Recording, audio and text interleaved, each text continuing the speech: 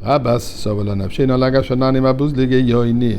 we sang chapter Kufrav Gimel 123. Let's also give some tzedakah. And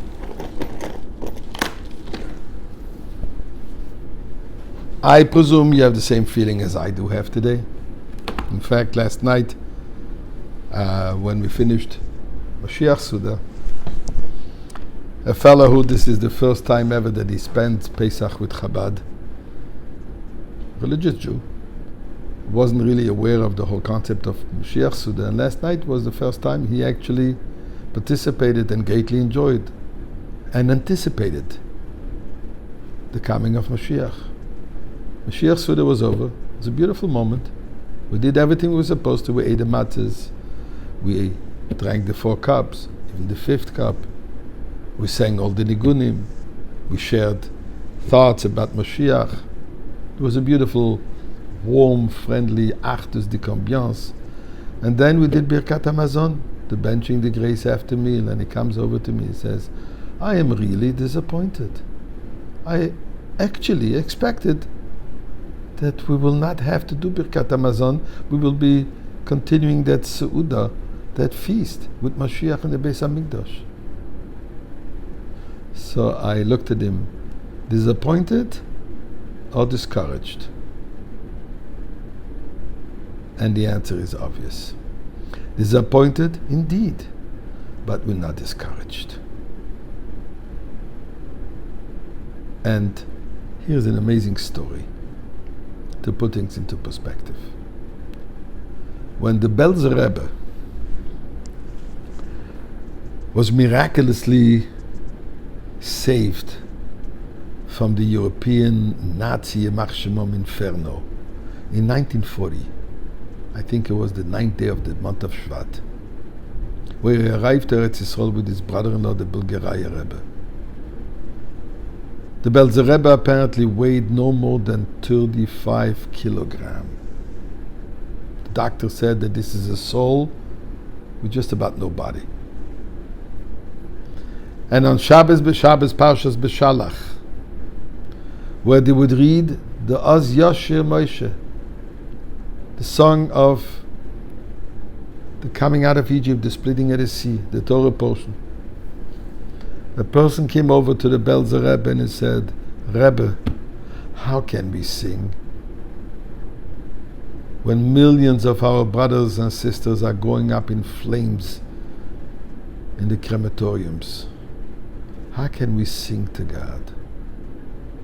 Where do we get that strength? Is it possible under those circumstances to Az Yashir, to sing? And the Belzer Rebbe looked at him and said the following.